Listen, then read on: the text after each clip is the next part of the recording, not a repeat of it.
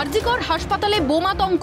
হাসপাতাল চত্বরে পড়ে থাকা একটি পরিত্যক্ত ব্যাগকে ঘিরে ছড়ায় বোমাতঙ্ক। বৃহস্পতিবার আরজিকর হাসপাতালের অবস্থান মঞ্চের সামনেই দেখা যায় একটি পরিত্যক্ত ব্যাগ সম্পর্কে কেউ সদুত্তর দিতে না পারায় নিমেষের মধ্যেই তৈরি হয় আতঙ্কের পরিবেশ। খবর দেওয়া হয় বম্ব স্কোয়াডকেও। যে বক্স সেটা কিন্তু সেটে দেওয়া হয়েছে এবং তার উল্টো দিকে একটি সেন্সার ডিভাইস রাখা রয়েছে এবং তারের মাধ্যমে পুরোটা যে কলকাতা পুলিশের বম্বে স্কোয়াডের যে গাড়ি রয়েছে সেই গাড়ি থেকে পুরো বিষয়টা কন্ট্রোল করা হচ্ছে এবং দেখা হচ্ছে যে ব্যাগের ভেতরে অ্যাকচুয়ালি কি রাখা রয়েছে বা কি রয়েছে। আতঙ্ক তো পড়েছে, আমরা এখন স্বাস্থ্য ভবনের ওইখানে ব্যস্ত আছি সবাই, তার মধ্যে এরকম খবর, আতঙ্ক তো হবে।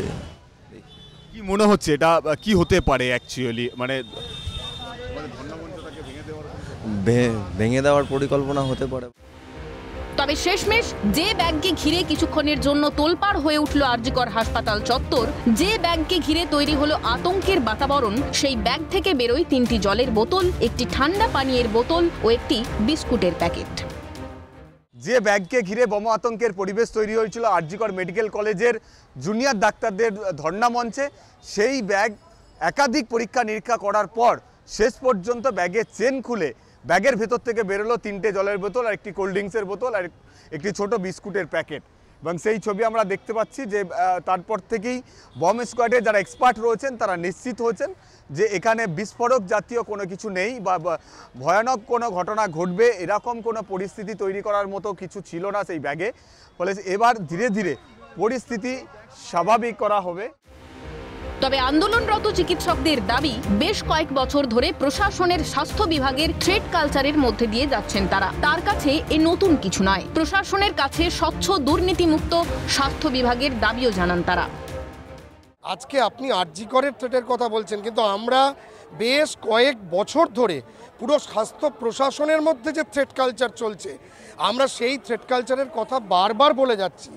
একই পদ্ধতি থ্রেট করা হচ্ছে, ভয় দেখানো হচ্ছে, ডিমোশন করে দেওয়া হচ্ছে, দূরে ট্রান্সফার করে দেওয়া হচ্ছে, মানুষকে জোর করে ফেল করিয়ে দেওয়া হচ্ছে। আমরা বারবার বলছি এই সমস্ত জায়গার থেকে বেরিয়ে স্বচ্ছ দুর্নীতিমুক্ত স্বাস্থ্য প্রশাসন তৈরি করতে হবে, এই সরকারকেই করতে হবে।